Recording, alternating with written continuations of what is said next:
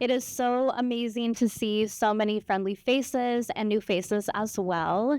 Thank you so much, Heather, for that introduction. So today we are going to be talking about the victory here in Portland with Measure 26228. I am so excited to be joined by my colleagues here, and I will just introduce them for you all. So we have Jenny Lee here. Let's give her a round of applause.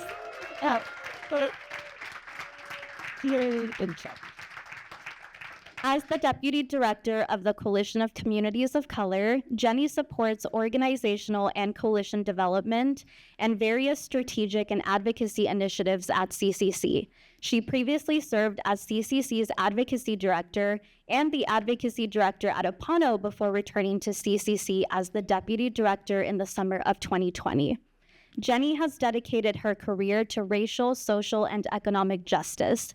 Previous roles include Housing Policy Director at Neighborhood Partnerships and the Public Policy Director for the Hawaii Appleseed Center for Law and Economic Justice.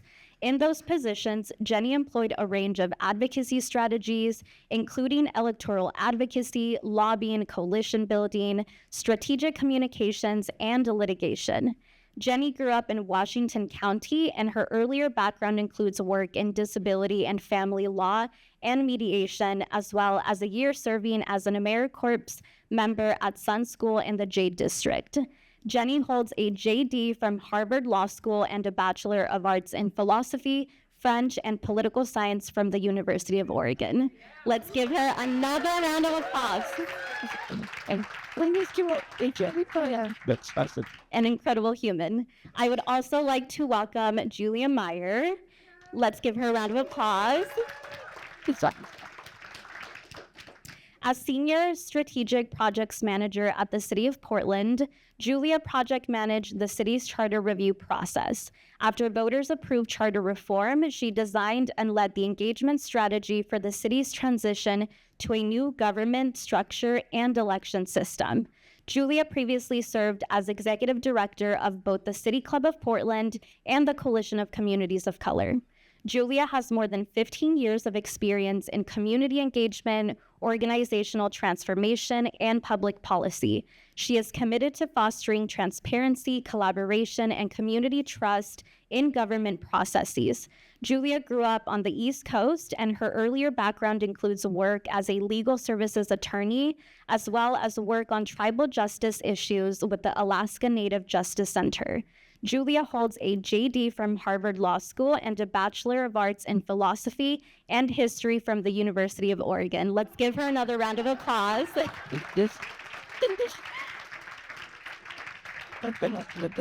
All right, and finally we have Robin Yee. Let's also give him a round of applause. Robin Yee is a political organizer who has dedicated his professional career to building a more inclusive, multiracial democracy through policy advocacy, electoral politics, and community organizing. He served as a Portland Charter Review Commissioner from 2020 to 2022 and Field Director for the Portland United for Change November 2022 ballot measure campaign to pass charter reform. He has previously worked as a political director at East County Rising Action Fund, Apano, and Oregon Futures Lab, and he also served as Chief of Staff to Representative Confam in the Oregon Legislature. And that is our panel. One more round of applause. All right, we could truly be here for hours. I know we're all very excited to talk about this. I will share that at the end of this panel, we will have time for questions. So please hold on to those while we talk to our speakers here. Julia, I would like to start the conversation with you specifically, since you manage the Portland Charter Review Commission, and that in itself was an incredible undertaking. It had a lot of moving parts. So Julia, to set the stage for this scope of work, can you share more about what the charter review process is exactly? I'm sure a lot of folks are wondering. And for you specifically, what drew you to be engaged through a city role rather than an external role? Thank you, Sol. And this is an incredible room, so it's great to be here. Is this on? You all hearing me okay? closer to your mouth. How about now? How? Okay. So I'm Julia Meier. I use she, her pronouns. I still work at the city of Portland. When I think about what the charter review process is, I think I go back to what the heck is a charter, because I'm not sure I always knew what that was. They are common in local jurisdictions. So we have one at the city of Portland. We also have one at the county that we're in, Multnomah County. And the way I think about charters is they're like a constitution for a local government. So very similar. They establish that government as a legal entity. They describe the roles and responsibilities of the public officials. They describe how those elected officials are elected, and general sort of basic fundamentals of the city government. So for the city of Portland, our charter allows for periodic charter review. And basically, it requires city council at least once every 10 years to appoint a 20-member charter commission to review and recommend changes to the city's charter. I think an important thing to remember is that the city charter can only be changed by a vote of the people. So city council can't go ahead and change our charter. The mayor can't change our charter. It's only by a vote of Portlanders that the city charter can be changed. So in Portland, you have 20 folks that are appointed at least once a decade to a charter commission. If a supermajority of those folks agree to a recommended change, it goes directly to the ballot for Portlanders to vote on. Sorry about the numbers, but if it's a majority, but less than a supermajority, so it's sort of between 11 and 14 charter commissioners agree to a recommended change, it goes to city council. Now, city council can do absolutely nothing with those recommendations, as happened, or they can modify those changes and refer something that was different than what the Charter Commission recommended, or they could refer them as is. But I think it's really important with our charter review, and when I talk to other jurisdictions in the country about charter review, what sets ours apart is its independence. Is the fact that if you have a supermajority of charter commissioners that agree to a recommended change, they can't just change a charter, but it can go directly to the ballot and then Portlanders can vote on it. And I think that's one of the things that really makes our charter review process maybe more powerful than it exists in other places where you have to make a stop at the governing body. I will note that Portland Charter Review is really new. I think people think it's been going on for a long time. It hasn't. So in 1913, we adopted a commission form of government in Portland, and basically our charter remained unchanged for the next almost 100 years. In 2005, our city council appointed a group of community members to take a look at the charter. That was the first real review of the city charter since 1913. And one of the results of that review, community review, was a ballot measure in 2007 saying, hey, Portlanders, what do you think about requiring city council to appoint a charter commission and give them independent legal authority to make recommended changes? That passed in 2007. The first real charter commission was appointed in 2009. And then this one that we'll hopefully talk a lot about over the next day and a half in 2020. So it's a very new provision. It's unique, it's independent, and therefore I think it has some power to it. For me personally, I had never worked in government before. I come from the nonprofit world. And I was working at a local nonprofit called City Club of Portland prior to the impaneling of this charter commission. And City Club is a membership-based organization. They have a research program. And in anticipation of the city's impaneling of the 2020 Charter Commission, they put together a research committee to explore alternative forms of government and to make recommendations about what they thought the best form of government for the city would be. City Club was not unique in this. The League of Women Voters of Portland did research at the same time. And when we released the research in early 2019, we kind of went on a roadshow with the research. And I was just floored by the community reaction to it. Like, not everyone agreed with the recommendations, but everyone agreed that they wanted change. Everyone agreed that what we had now wasn't working, and there was actual hope that this could be the time we could successfully pass charter reform in Portland. Charter reform has been attempted before, but not through charter commissions primarily. And I think I just wanted to see the project through the entire arc of it, and go to the city and get to project manager the process and staff the charter commission, which was a privilege. Thanks. Thank you so much, Julia. I think that this is a very unique process. So like you said, a lot of the time when people hear the word charter review, you have no idea what that is. So thank you for describing that in so much detail. Jenny, I would like to pass it over to you and just acknowledge that CCC played a tremendous role and was involved in the process years before the Charter Commission had actually been convened. You know, I think when we're talking about this historic success, it's really easy to think that it started with a ballot measure and it went from there, but there was actually so much work and a multi-year process that happened way before 2020.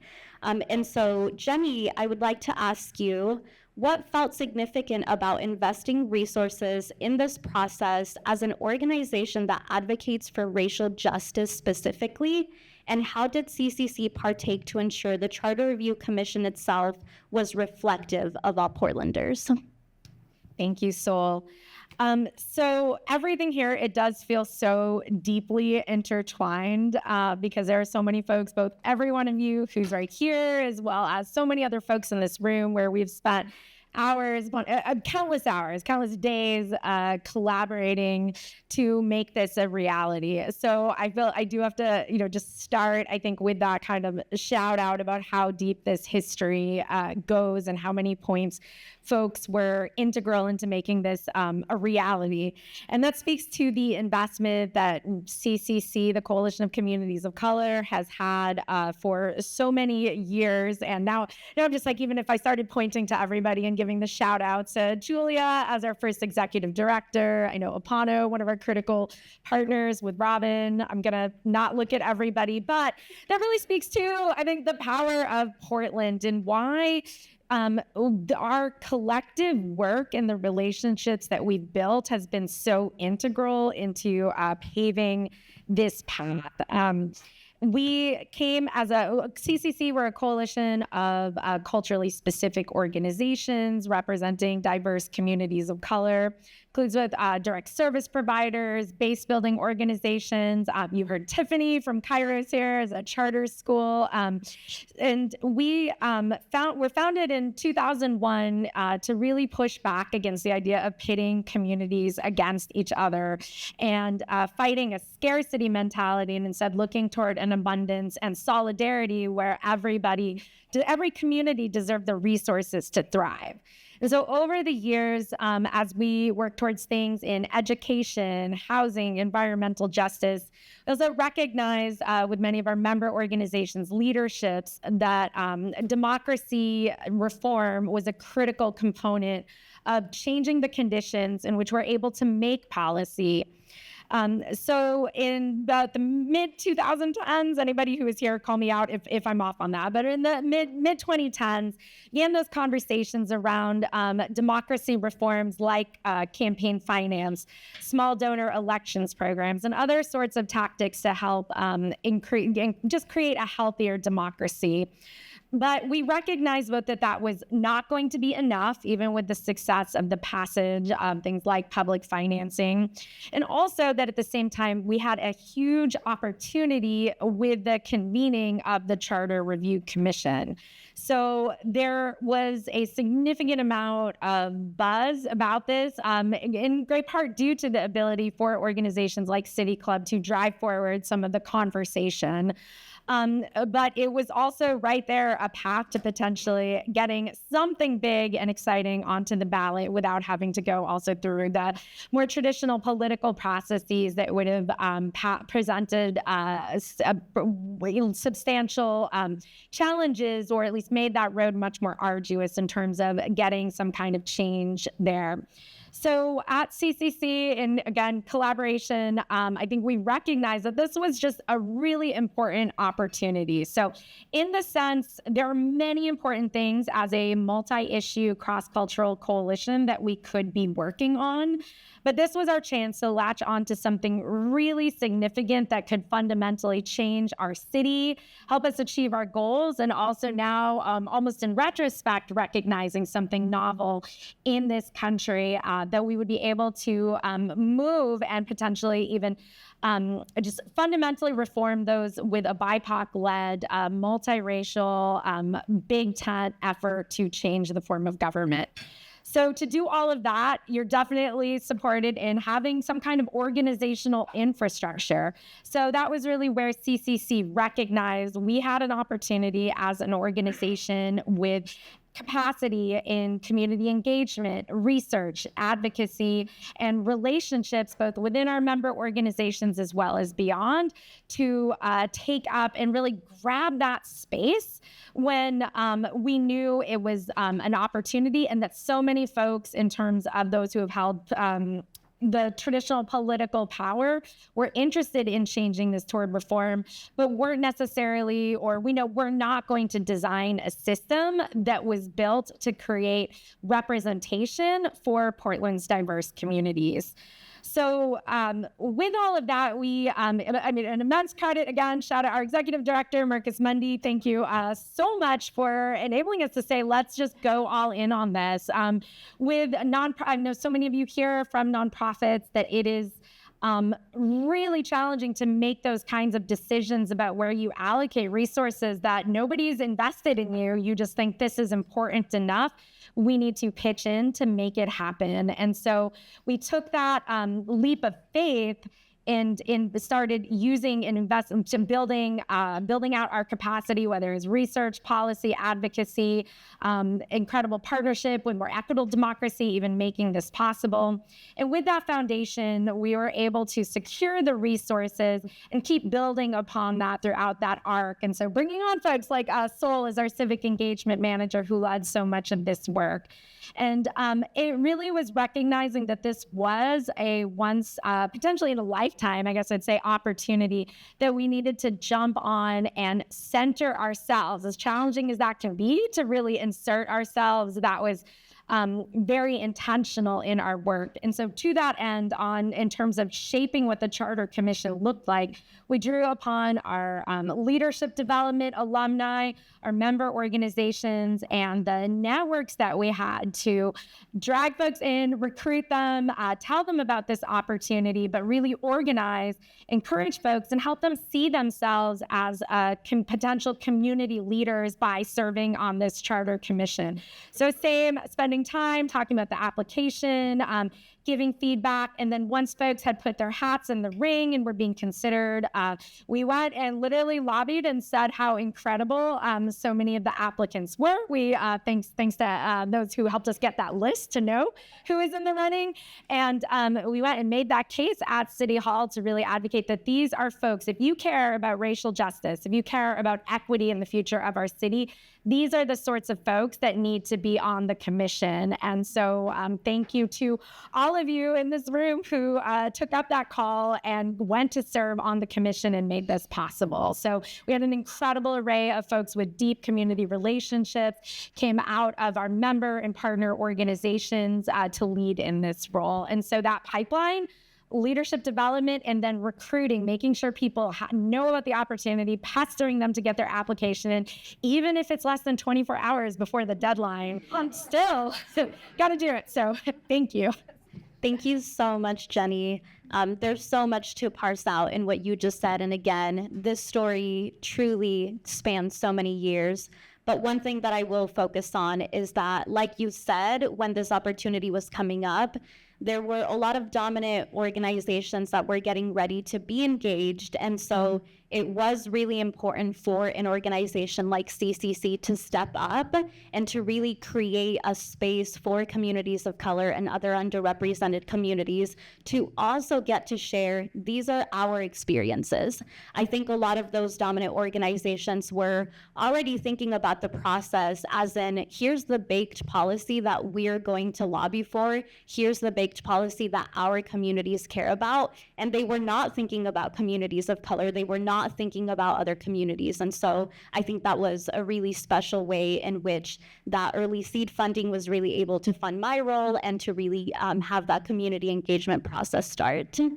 Robin, you are here as well, and you participated in the Charter Review Commission. I'm so glad that we get to hear from someone that was on the commission itself. I'm really curious, as you were out there talking to Portlanders within that process, what were you hearing from folks? What were their aspirations? And how did those aspirations guide the Charter Commission's policy decisions? Great. Yeah, we were 20 Portlanders. We represented, demographic, geographic parts of the city. In fact, there's 3 other former charter commissioners at this one table. So in the room, 20% of us are still around, or even more. Oh yeah, there you go. Like almost a quorum, So we're still engaged. But right, we were the first body in a long time that was seen as being willing to listen to community and actually have that independent power to make a change, right? And we weren't politicians, we weren't electeds, we weren't what we so often saw actively, running for election or holding on to power in a system that we had been successful in, right? We didn't have those. We were from community, and we had 18 months to operate, right? Which meant that there's no shortcut for relationships, for time spent in communities to build up people's knowledge about what is a charter, what is the current system, and then build that towards what would you like to see, right?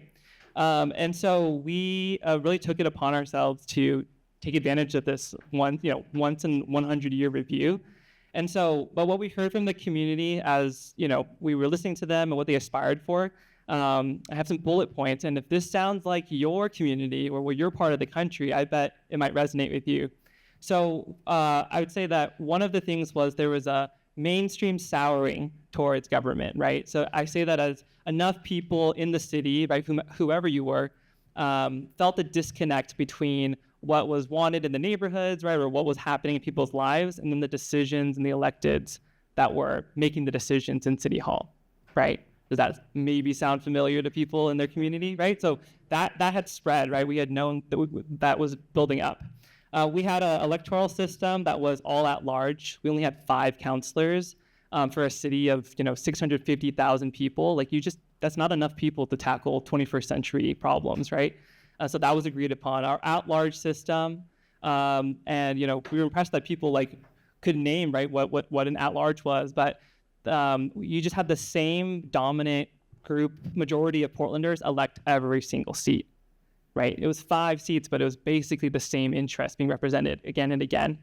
And I think really to drive home what we saw in Portland was there was a desire for guaranteed representation. Could you create a system that would guarantee representation for the folks who didn't have any? So in our city, East Portland, which is the easternmost edge of the city, eastern third, let's say, geographically, had no representation. In our 100 years of government, 2 people from that entire area, that entire third of the city, ever served in City Hall, right? The second one was very recently. So we just categorically had entire communities, and also the most BIPOC and the youngest and the places where people were moving because it's affordable were completely shut out, right? Time and time again. We also, you're right, when people didn't get the kind of city services they thought they deserved, right, that they're paying for, people are willing to change, right? There was a breakdown in expectations. And I think we heard from our community, they wanted more opportunity. They wanted more communities, more potential political communities to have a chance at electing someone who already gets it, right? Rather than spend hours trying to explain to people your life, why you should matter, right? And then you may or may not be successful under that current system. So I think people were also tired of kind of a politics of just dominance, right? Like I said earlier, the certain parts of town held all the sway. The minute you try to reform, you get tossed out in the next election. So rather than have just a politics where, people want the opposite of whatever they have, what if we created a politics of inclusion? What if every voice was there, or more voices, right? Including the voices that were in power, because they do represent some portion of Portland, right? But they shouldn't be the only voices. So moving from a politics of dominance towards a politics of inclusion, I think that was what we heard and what I think people felt resonated from what the commission was talking about. Thank you, Robin. Is that how you remember it, Sol? You were there at those conversations. I was just about to say that something that really resonated with me as I was going through that process with the Charter Commission on the community side of things was that the Charter Commission itself never went into those conversations again with already having that baked policy. I clearly remember the committees really working out what they wanted the values to be of the ultimate policy. So I think that was really crucial, starting out with how do we want Portlanders to feel? Do we want their voices to feel represented? Do we want them to have access to city services? Do we want things to feel efficient, right? That's something that really stands out to me. And at that point, I personally had not participated in any type of City Hall decision-making process, but I can tell you that the reactions of the community were, no one has ever asked us these questions. No one has ever asked me what my experience is navigating City Hall. There were folks that didn't even know they could call their elected officials, right?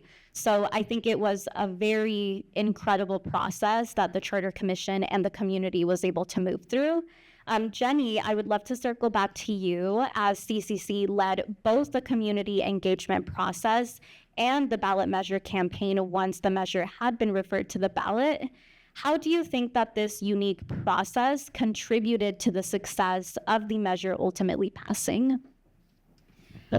So for CCC, what we were able to do is, I think, a unique role was combine the idea of community engagement in public processes with a popular education model where we were really able to get input not only on folks' experiences, but to trust that they understood these kinds of political solutions. So even as we're tossing out complex concepts, that when we were able to break them down and have direct community conversations, that folks really latched onto the underlying concepts and values.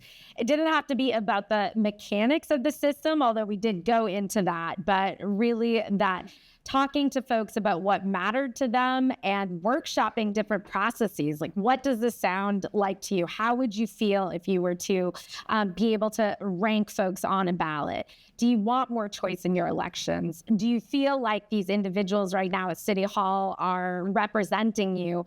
All of those sorts of questions, it was we were very readily able to get that kind of feedback in smaller settings for folks who might not otherwise show up to give testimony at a Charter Commission hearing or to actually submit written comment or participate in these traditional mechanisms. So thank you, Sol, in your role doing that kind of engagement work, really envisioning that.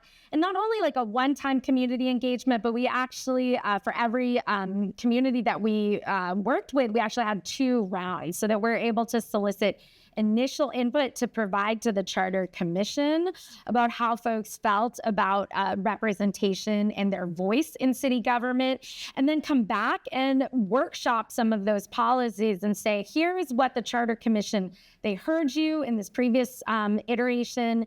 Now here's what they're thinking about. How does this resonate with you? Because we so often heard that people of color, immigrants, refugees, people who had not voted much previously were not going to be able to really have their voices heard in this system. If anything, they wouldn't be interested in ranking folks.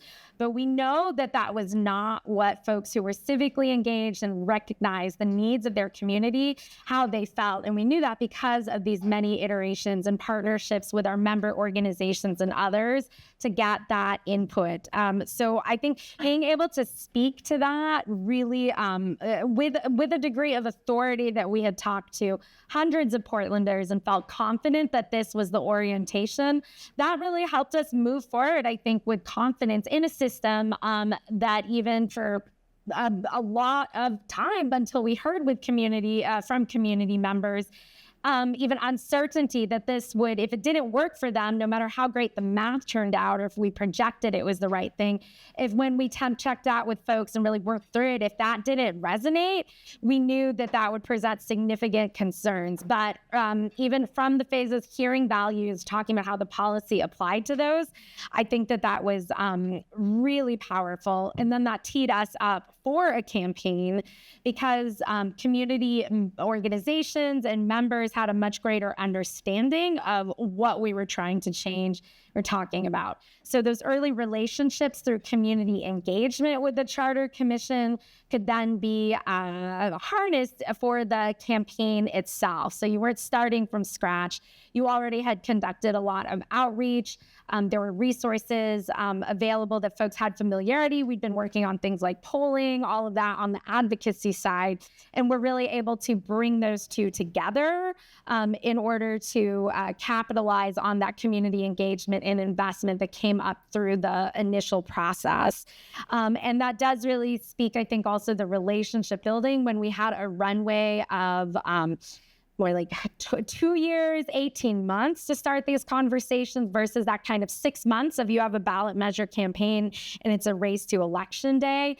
That made this much more effective in terms of really being able to count on each other as a campaign, fight opposition, because you really knew you were speaking speaking with the voices, I think, authority of community, and then being able to draw on your many allies that we've been able to build throughout this process. Thank you so much, Jenny. It's just so special being here with everyone, and it feels like yesterday, and yeah, it's just amazing how much work went into this. Julia, as someone that was on the city side of things, I am really curious to hear what your experience was navigating the politics and the optics that came with such a public process. How did you balance the delicate nature of this work, and what kind of response did you personally or the Charter Review Commission receive, both positive or negative, from the public? I'm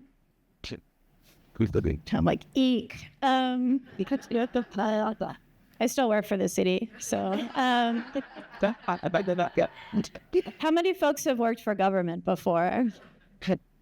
Okay, so like for those of you who haven't, which was me, like every text and email that you send is subject to a public records request. Ooh.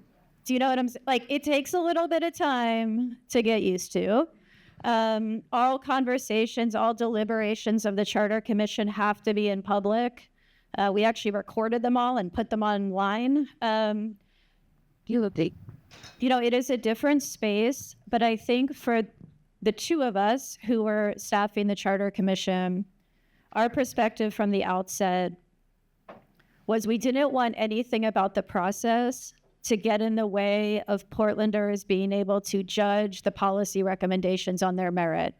Do you know what I'm saying? Like, oh, well, I have this critique about the process, I have this suspicion, so I'm not really going to give the policy recommendations a fair shot, right? And so I think we always erred on the side of transparency and openness of the process, even when the lines of those laws are actually somewhat blurry.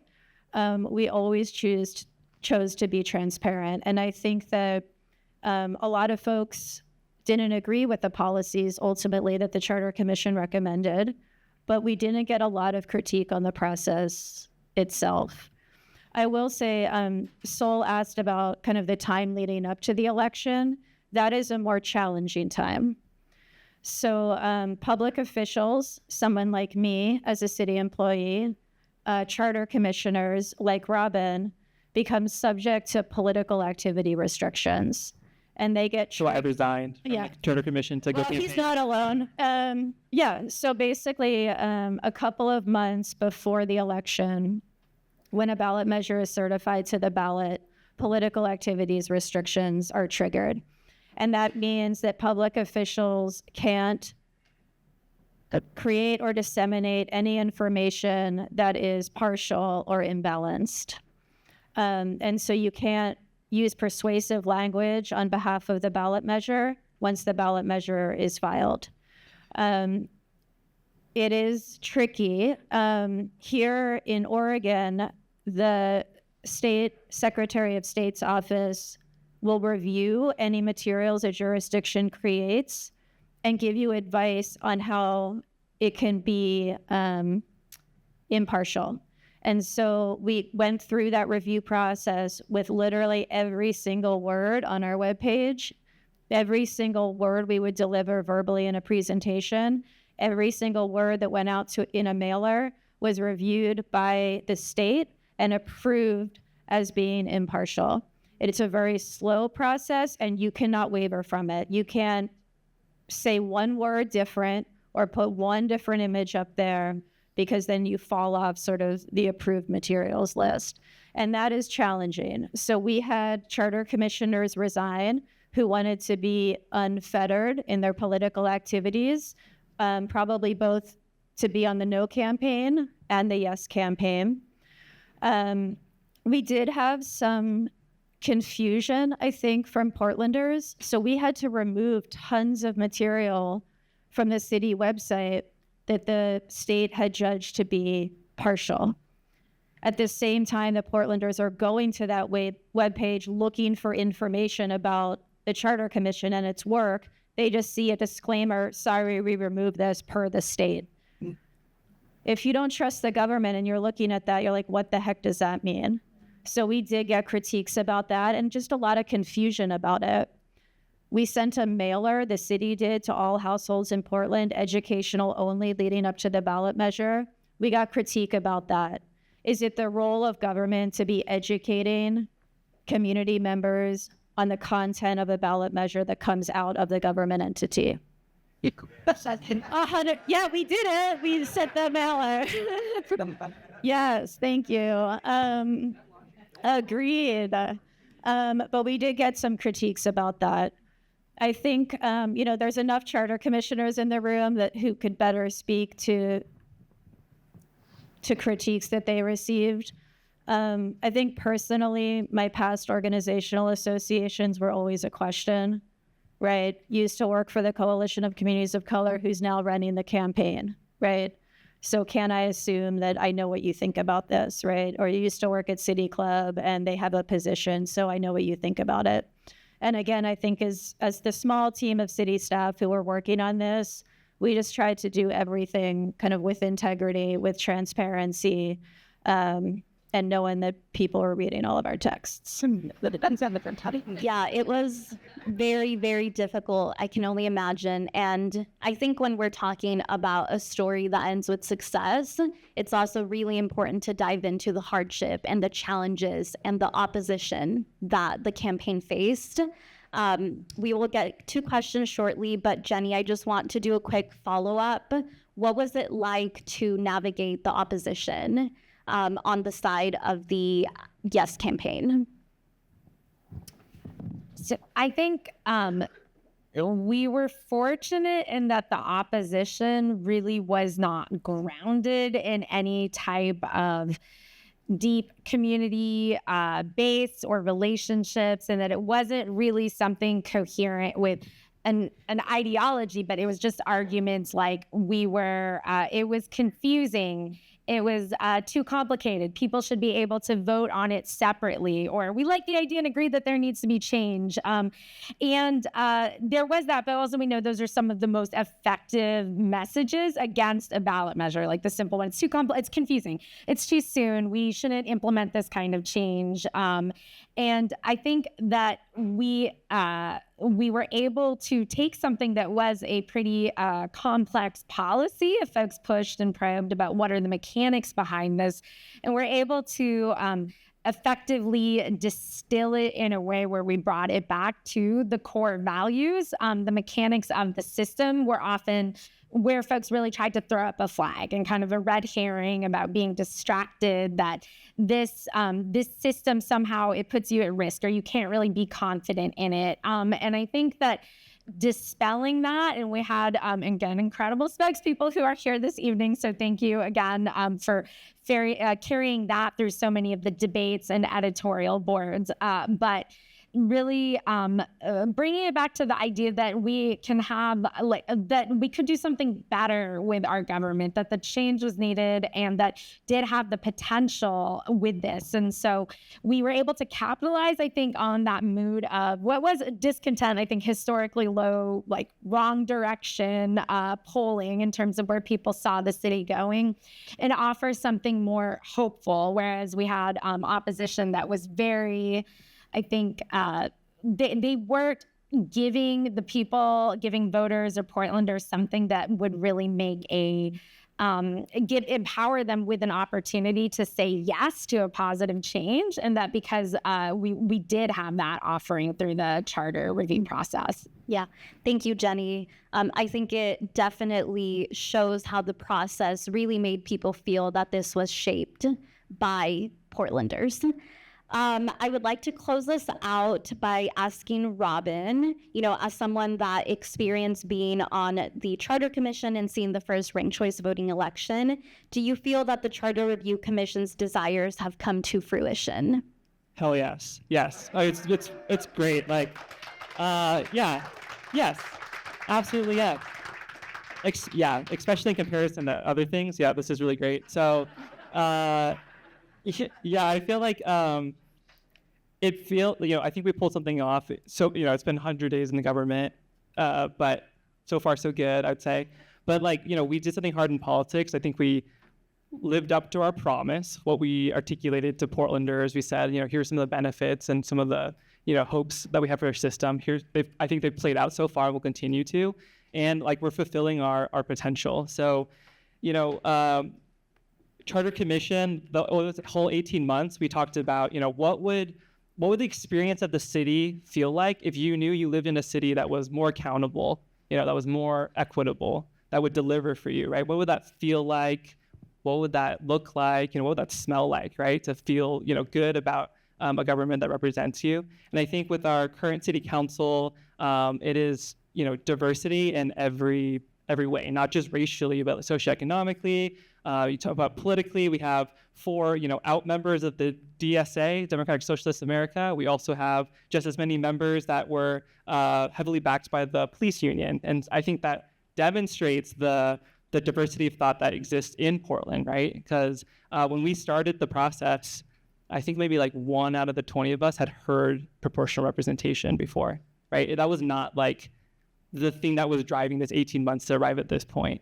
Right, but it's where we landed because I think we saw the opportunity to say more people have a chance to have their voice heard, and that we're not trying to change what people think in the city necessarily, but we want to reflect it, right? That have the government interact and work together to represent all the different perspectives of Portlanders, rather than elect the same set of people and then there's more than 50% of people who don't feel represented. So in all those ways, I think we've really seen it, and you all should come back in a few years and continue to learn from us and evaluate us. Thank you, Robin. I think we have time for maybe 2 questions, maybe 1 question. You can also find us during the mingling time and come up to us. Too loud. I can chime in. We have time for 2 questions. Okay, perfect. I see Marcelo's hand up. Anyone else who wants to take that second coveted question slot? Marcelo and Dave. Sure, but We're just running the mic over. thank you. Dave. Hi, good evening, everyone. My name is Marcela. I'm the ED at Cal RCV. Thank you to our wonderful panelists for your wonderful work and for being here today. And thank you to MED for gathering us and hosting this event. I'm curious, because I'm a newly initiated cohort member, go Serpents. Woo! what level of involvement MED had during this process. And I ask this because I'm embarking on the same journey in the city of LA, pretty heavy lift. And so I want to know, what was done on their part. And it was really insightful to hear you right now. And also, I don't want to reinvent the wheel. I want to learn from you. I want to learn from MED. And I want to use the resources that are available to my disposal. So that's my question for today. Thank you. It's so hard not to make the joke about, was that a plant? Because I am so excited to answer that MED was, honestly, I don't know, Robin, what do you think? Would this have happened without them showing up and bugging us about it? They would have seen that we were onto something really cool and they would have jumped in if they didn't already know us. Right, we would have made up something totally wacky here in Portland if we did not. We just had some great idea that we pursued. But really throughout, early on, recognizing the importance of BIPOC leadership and working with organizations like CCC and Apano, lifting that up, but also capitalizing on the energy and desire for reform that was out there. We had a lot of ideas that we, even implemented that I think were really critical in terms of strengthening our democracy, but being able to take something that's as big and unfamiliar as proportional representation, I don't think that was on the radar. Robin and I were both on the voting methods research committee for City Club, and that was really the first time I had heard of it. And I think that MED offering resources throughout to us as advocates, as well as to from the Charter Commission perspective as well. Yeah, from the Charter Commission, and I think ergo community, their ability to summon kind of expert witnesses, expert testimony for the type of people who aren't convinced by hearing it from like community members, right? We know they're out there. It's helpful to get them the right messenger that can really articulate the different options, including a potential proportional representation. Another big thing that they were instrumental on, and I know Moon's in here somewhere, but we mapped, right? There's nothing like a visual to share with people about what districts or representation looks like. So we, and MED can help you crunch the numbers based on the census in your area. It's just like, we did experiment. If we tried to gerrymander the most Black and brown district in Portland, is that even possible? What would that look like, right? And we could actually demonstrate that and show under other systems, it's just frankly not going to pencil out for anyone, right? And to be able to show that and to take people's feedback and demonstrate that in different ways, maps, math, whatever, fits people's perspective, that was really instrumental. Yeah. I will also just say the technical assistance on co-hosting events was really, really helpful at the beginning.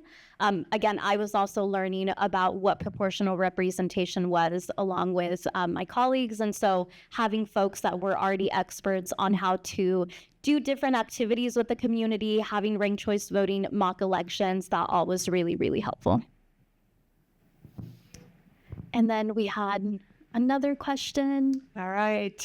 I'm Jean Massey. I'm with Fair Vote Minnesota, bringing ranked choice voting to cities and statewide in Minnesota. And I'm so enamored with what Portland has done. Congratulations.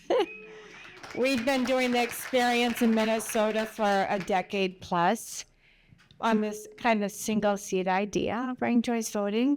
So our lessons learned are, even in single seat ranked choice voting, we accelerate the opportunity for women and people of color to win, run, and represent their communities.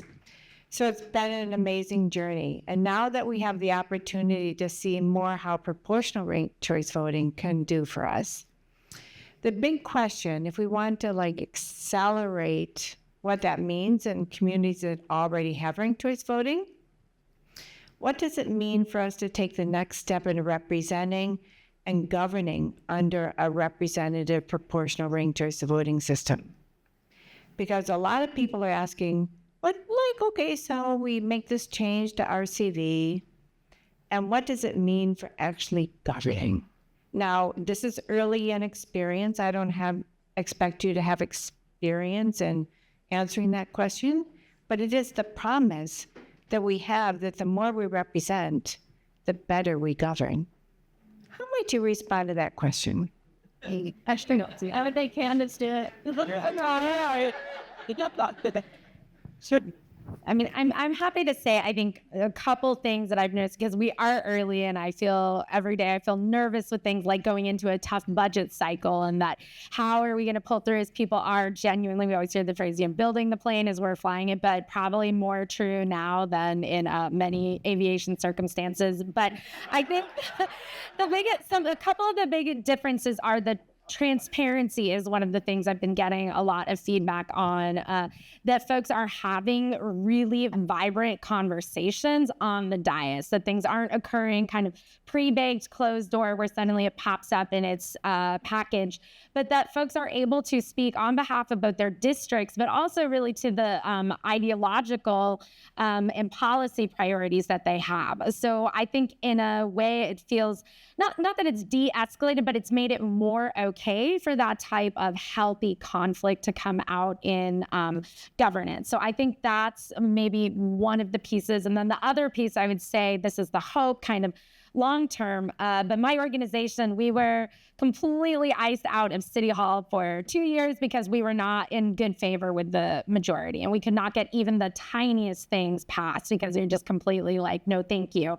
And in a way, I think that over time we can expect that even with greater ideological diversity, including folks who don't necessarily agree with us, by being somewhat of repeat players and being able to come back on multiple issues, speak to the different interests, whether it's constituencies or geographic districts, that will be able to sustain those relationships more effectively, even across ideology, because we can expect, I hope that there will be issues where we might align and others where we don't, but that we can continue to work together. And I think that's what I hope, at least as an advocate on racial equity issues, working on city politics, that we'll be able to see a shift that it's just that balance is beneficial when you're not in the majority. If you can't hammer things through all the time as an external political force, you often are better off if you're able to have functional relationships. You want your majority of folks who agree with you, but that even beyond that with proportionality, I think that's part of the promise that it offers. I'll just add really quickly, I do think there's a role for government in the answer to that question. So for the city of Portland, we did candidate education. Is it enough? I don't know, but beginning to say to folks, okay, what does this new system mean and how are you a candidate in it is important. And then once folks got elected to office, providing the most robust, at least onboarding for the new elected officials than had ever been done in the city of Portland, right? I think we could talk more about sort of expanding the governance component of that, but how do the jurisdictions themselves, whose voters have put into place this system by a popular vote, take responsibility for educating folks who want to run for office and who want to govern about how to do that effectively in the system?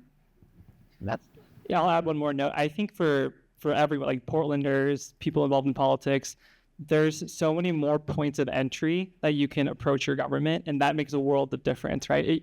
Under like a single member district, if the person who represents your neighborhood happens to just like be categorically opposed to your viewpoint, you're just shit out of luck at that point, right? They're king and they own their fiefdom. They don't have to listen to you. They're only catering to whatever group got them elected. But in our system, we have 3 members, right? That's 3 different opportunities, 3 different perspectives. They bring their life, their experience, maybe their neighborhood know-how, their professional background. There's just so many more things to work with, and I think people don't just feel discouraged when they're like, oh, I looked up who my city councilor is, and they don't really care about climate. So where do I go that will listen, right? But it's almost guaranteed now because of all the commissioners, so the councilors in their districts, they're on every single committee. Each district is always in every conversation. It's like the conversation never ends, and there's always a place to begin. And I just think that at least removes one layer of frustration that most people feel about government, is like, where do I even start? What do you mean you don't care, right? And like people just passing someone off to the next person, right? Like that's just so frustrating. I feel like there's already less of that in our 4 months of government. Awesome. Well, thank you all so much. Let's give it up for our panelists. Thanks, Sol. Please come find us at the end if you have any other questions.